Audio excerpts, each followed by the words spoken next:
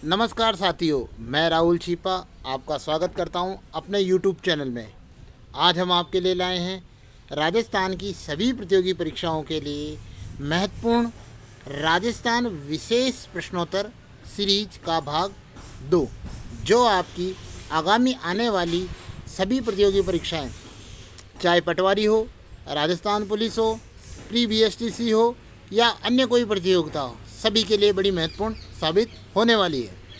साथियों, अगर अभी तक आपने हमारे चैनल को सब्सक्राइब नहीं किया हो तो जल्दी से उसे सब्सक्राइब कर लीजिए और पास में स्थित बेल आइकन बटन को दबा दीजिए, तो आपको इससे संबंधित सारे वीडियो मिल जाएंगे।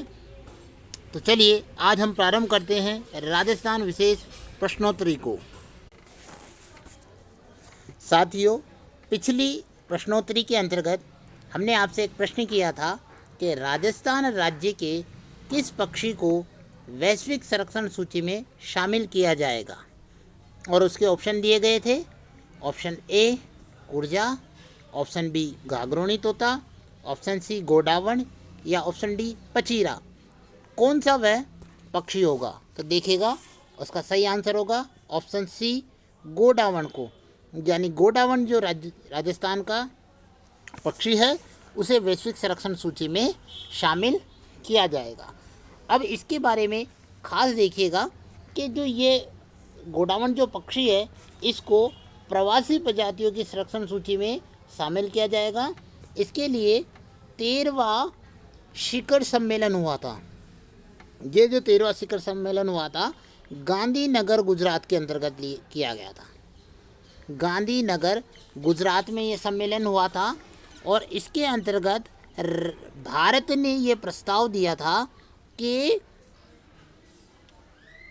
एशियाई हाथी गोडावण और बंगाल फ्लोरिकल को विलुप्त हो रहे जीवों की सूची में शामिल किया जाए।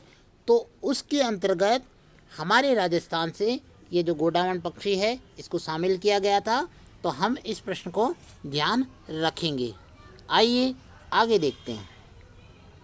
पहला प्रश्न है, देखिएगा, केंद्र सरकार ने अपने बजट 2020-21 में पानी की समस्या से ग्रसित देश के 100 जिलों में राजस्थान के कितने जिलों को सम्मिलित किया गया, यानी कितने जिले इसके अंतर्गत आते हैं? आइए ऑप्शन देखते हैं। ऑप्शन ए 8 जिले, ऑप्शन बी 5 जिले, ऑप्शन सी 4 जिले या ऑप्शन डी 6 जिले। कितने जिलों को इसमें सम्मिलित किया गया है? तो देखिएगा, इसका सही आंसर होगा ऑप्शन बी 5 जिलों को राजस्थान से सम्मिलित किया गया है। अब वो 5 जिले कौन कौन से, आइए देखते हैं। देखिएगा, इसकी शानदार ट्रिक है। क्या याद करना हमें? 12 धोजे सीकर, 12 धोजे सीकर। पहला जिला है 12, दूसरा धो से धौलपुर, तीसरा जय से जैसलमेर, चौथा सी से सिरोही, पांचवा कर से करौली। तो ये 5 जिले हैं, इनको सम्मिलित किया गया है। आइए प्रश्न संख्या 2 देखते हैं। टोक्यो ओलंपिक 2020 के लिए पैदल चाल में क्वालिफाई करने वाली राजस्थान की भावना जाट किस जिले की रहने वाली है? ये राजस्थान की जो भावना जाट है किस जिले से संबंधित है? आइए इसके ऑप्शन देखते हैं। ऑप्शन ए अलवर से, ऑप्शन बी उदयपुर से, ऑप्शन सी दौसा से या ऑप्शन डी राजसमंद से। किससे ये संबंधित है? तो देखिएगा, इसका सही आंसर होगा ऑप्शन डी राजसमंद से ये संबंधित है।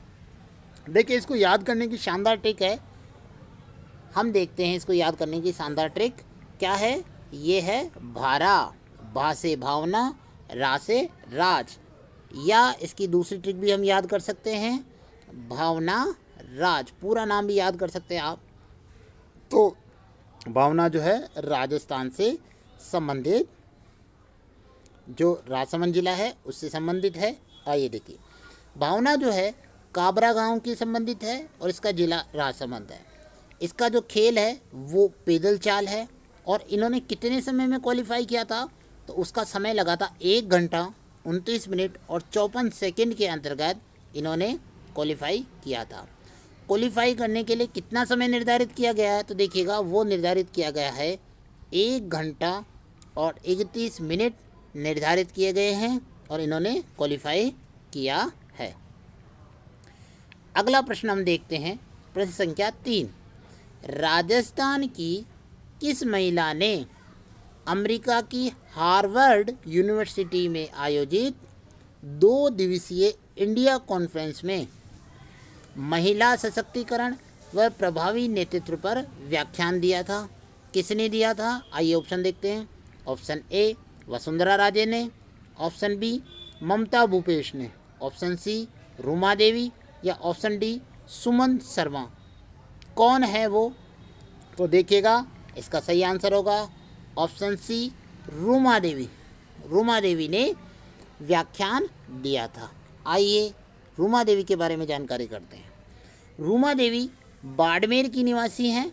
इन्होंने वहाँ पर जो व्याख्यान दिया था 16 फरवरी को इन्होंने 2020 में व्याख्यान दिया था। ये जो है ग्रामीण विकास व चेतना संस्थान बाड़मेर की अध्यक्ष हैं और इनको नारी शक्ति पुरस्कार और जानकी देवी बजाज पुरस्कार मिल चुका है, तो हम इसे ध्यान रखेंगे। अगला प्रश्न है प्रश्न संख्या 4। राजस्थान सरकार ने किस जिले को अल्पसंख्यक जिला घोषित करने के संबंध में प्रस्ताव केंद्र सरकार को भेजेगा? तो राजस्थान कौन से जिले के लिए भेजेगा? आइए हम इसके बारे में जानकारी करते हैं। Option A Hanumangarh, option B Churu, option C Jhunjhunu या ऑप्शन डी सीकर। कौन सा वह जिला होगा?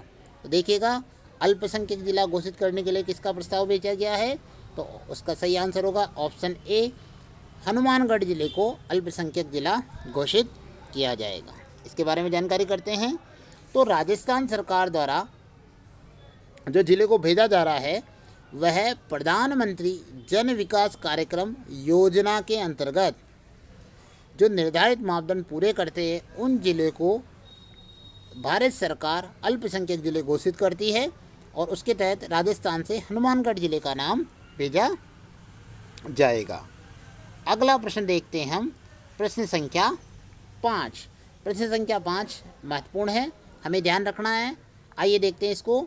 राज्यपाल सी कलराज मिश्र, राजस्थान के राज्यपाल कलराज मिश्र द्वारा लिखित पुस्तक भारत में उद्यमिता, ध्यान रखिएगा इनकी पुस्तक का हमें नाम याद रखना है, भारत में उद्यमिता का विमोचन किसके द्वारा किया गया? किसके द्वारा किया गया है ये हमें बताना है। आइए हम ऑप्शन देखते हैं।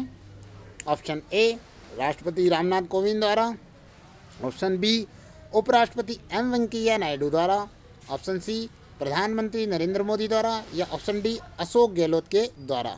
किन के द्वारा ये किया गया है? तो सोचिए, इसका सही आंसर होगा मित्रों ऑप्शन बी उपराष्ट्रपति एम वेंकैया नायडू द्वारा इस पुस्तक का विमोचन किया गया है। आइए देखते हैं इसके बारे में। यह जो पुस्तक है इसका विमोचन उपराष्ट्रपति के द्वारा उपराष्ट्रपति भवन में किया गया है। कब किया था? 5 फरवरी 2020 को किया गया। इस पुस्तक के अंतर्गत सरकार द्वारा चलाई जाने वाली विशेष योजनाओं और सरकार द्वारा देने जाने वाली विशेष सुविधाओं का वर्णन किया गया है। अगला प्रश्न देखते हैं, प्रश्न संख्या 6। पश्चिमी क्षेत्र सांस्कृतिक केंद्र की ओर से 10 दिवसीय शिल्पग्राम उत्सव का आयोजन कहाँ किया गया था? तो इसके ऑप्शन हम देखेंगे कि शिल्पग्राम उत्सव कहाँ किया गया था। तो ऑप्शन ए है डूंगरपुर में, ऑप्शन बी है राजसमंद में, ऑप्शन सी है उदयपुर में या ऑप्शन डी है सिरोही में। किस जिले के अंतर्गत ये किया गया था? तो देखिएगा इसका सही आंसर होगा ऑप्शन सी उदयपुर के अंतर्गत यह 10 दिवसीय शिल्पग्राम उत्सव का आयोजन किया गया था। देखते हैं इस शिल्पग्राम उत्सव के बारे में। देखिएगा यह जो आयोजन है इसका आयोजन स्थल बताया गया है उदयपुर। इसका जो उद्घाटन है 21 दिसंबर को 2019 में हमारे राज्यपाल कलराज मिश्र द्वारा किया गया था। एक इसमें विशेष चीज़ आप याद रखिएगा, ये मैं स्टार लगा देता हूँ इसमें, डबल स्टार। इसकी थीम क्या थी? एक भारत और श्रेष्ठ भारत। ध्यान रखिएगा, प्रश्न यहाँ से भी बन सकता है, तो मैंने दोनों चीज़ें आपके लिए प्रस्तुत की है कि एक भारत और श्रेष्ठ भारत जिसकी थीम थी। इस उत्सव में संपूर्ण भारत से आए जो लोक कलाकार थे, उन्होंने अपनी लोक कलाओं का प्रदर्शन यहाँ पर किया था। तो हमें ध्यान रखना है कि 10 दिवसीय शिल्पग्राम जो उत्सव है वो उदयपुर में आयोजित किया गया था। अगला प्रश्न देखते हैं। साथियों, अगर आपको ये वीडियो अच्छे लग रहे हों तो आप इन वीडियो को जल्दी से जल्दी लाइक कर दीजिए और सब्सक्राइब कर दीजिए, ताकि आपको इनसे संबंधित वीडियो और मिल सके। अगला प्रश्न हम देखते हैं।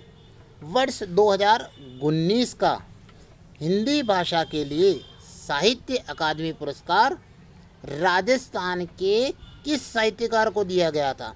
साथियों, ध्यान रख लीजिएगा, ये जो पुरस्कार वाले जो प्रश्न हैं बड़े इम्पोर्टेंट माने जाते हैं। तो ये जो है गोल्डन स्टार वाले प्रश्न हो जाते हैं। जो गोल्डन होता है, गोल्ड जो होता है, सोने के बराबर इनको माना जाता है। तो इस पे मैं आपके डबल स्टार लगा देता हूँ। 2019 का हिंदी भाषा के लिए साहित्य पुरस्कार किसको दिया गया था? आइए ऑप्शन देखते हैं।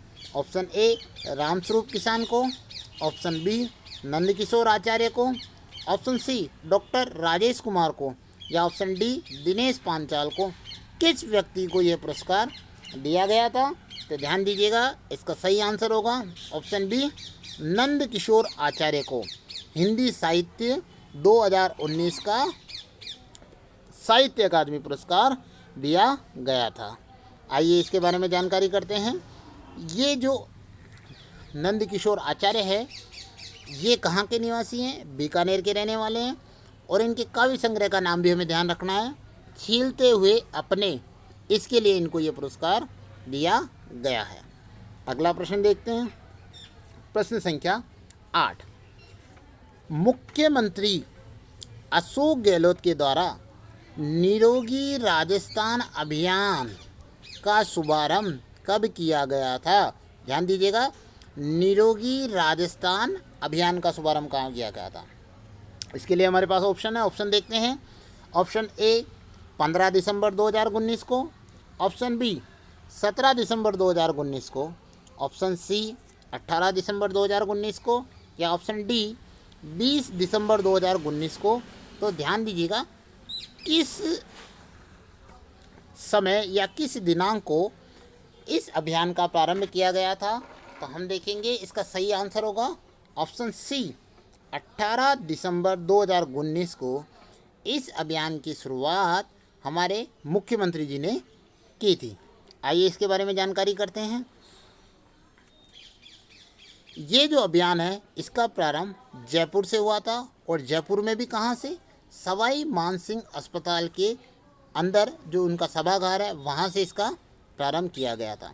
खास बात ध्यान रखिएगा, अशोक गहलोत जी ने इस वर्ष के बजट में 7 संकल्प लिए हैं।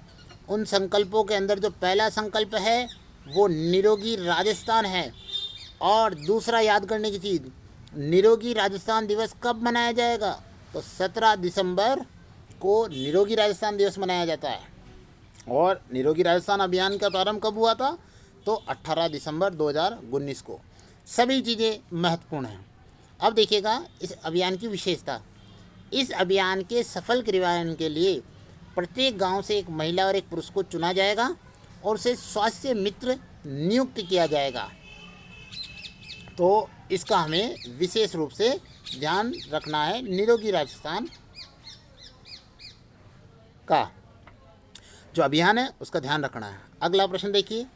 14 दिसंबर 2019 को जयपुर में आयोजित राजस्थान ऊर्जा संरक्षण पुरस्कार 2019 के अंतर्गत, ध्यान दीजिएगा आगे, स्टेशनों की श्रेणी में, स्टेशन श्रेणी के अंदर किसको प्रथम पुरस्कार मिला?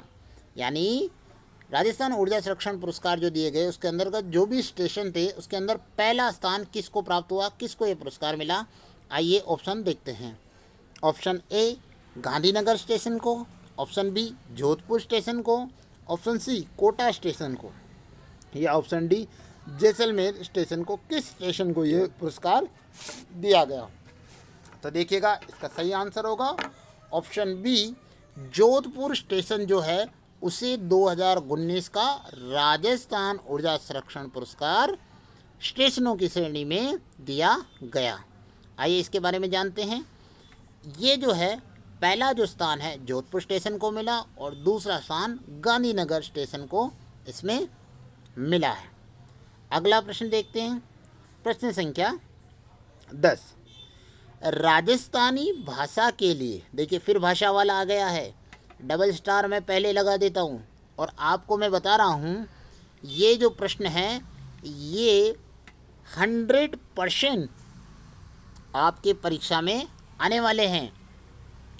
देखिएगा, राजस्थानी भाषा के लिए साहित्य अकादमी पुरस्कार 2019 किस व्यक्ति को दिया गया था या किसको दिया जाएगा? देखिएगा, क्योंकि घोषणा हो चुकी है, दिया जाएगा अब। तो ऑप्शन ए देखते हैं, अतुल कनक को, ऑप्शन बी नंद भारद्वाज को, ऑप्शन सी रामस्वरूप किसान को, या option D doctor Rajendra Kumar Vyas को। किसको यह पुरस्कार दिया जाएगा? तो इसका सही आंसर होगा ऑप्शन सी रामस्वरूप किसान को यह पुरस्कार दिया जाएगा। कौन सा? राजस्थानी भाषा के लिए साहित्य अकादमी पुरस्कार 2019 दिया जाएगा। आइए इनके बारे में जानते हैं। तो रामस्वरूप जो किसान हैं वो कहाँ के रहने वाले हैं? ये हनुमानगढ़ के रहने वाले हैं। हनुमानगढ़ में इनके गांव का नाम है परलीका गांव, नौहर के अंतर्गत ये आता है। इनकी जो कृति है यानी जो कथा की कृति है उसका नाम है बारीक बात। बारीक बात के लिए इन्हें राजस्थानी भाषा का यह जो पुरस्कार है राजस्थानी भाषा के लिए साहित्य अकादमी पुरस्कार दिया गया था। ध्यान दीजिएगा, यहीं पर मैं आपको बता रहा हूँ 2018 के लिए डॉक्टर राजेश कुमार व्यास को यह पुरस्कार दिया गया था और इनकी कृति का नाम था कविता देवेदीठ। ये इनकी कृति है। तो हमें इनकी कृतियों के बारे में यानी क्या लिखा है इन्होंने, रचना है क्या है, तो इनकी कथा कृति है बारीक बात, उसके बारे में भी हमें ध्यान रखना। आइए अगला प्रश्न हम देखते हैं, प्रश्न संख्या 11। साथियों 11वां प्रश्न है, वर्तमान में राजस्थान उच्च न्यायालय के मुख्य न्यायाधीश कौन हैं? कौन हमारे हाई कोर्ट के जो मुख्य न्यायाधीश है राजस्थान में कौन है? आइए ऑप्शन देखते हैं। पहला option, option A Naveen Sinha, option B Pradeep Nandrajog, option C S Ravindra Bhatt, या ऑप्शन डी इंद्रजीत महांती। कौन इस समय है आप बताइए, सोचिएगा। तो इसका सही आंसर होगा ऑप्शन डी इंद्रजीत महांती हमारे मुख्य न्यायाधीश हैं। आइए इनके बारे में जानते हैं। ये जो हाई कोर्ट के मुख्य न्यायाधीश है ये क्रम से देखिए राजस्थान के 37वें मुख्य न्यायाधीश इंद्रजीत महांती को बनाया गया है। इन्होंने जो शपथ ग्रहण की थी 6 अक्टूबर 2019 को इन्होंने शपथ ग्रहण की थी और यहाँ से ये पूर्व बॉम्बे उच्च न्यायालय में वरिष्ठ न्यायाधीश वहाँ पर ये थे। तो हमें इनके बारे में ध्यान रखना है। इंद्रजीत महांती जो हमारे हाई कोर्ट के मुख्य न्यायाधीश हैं।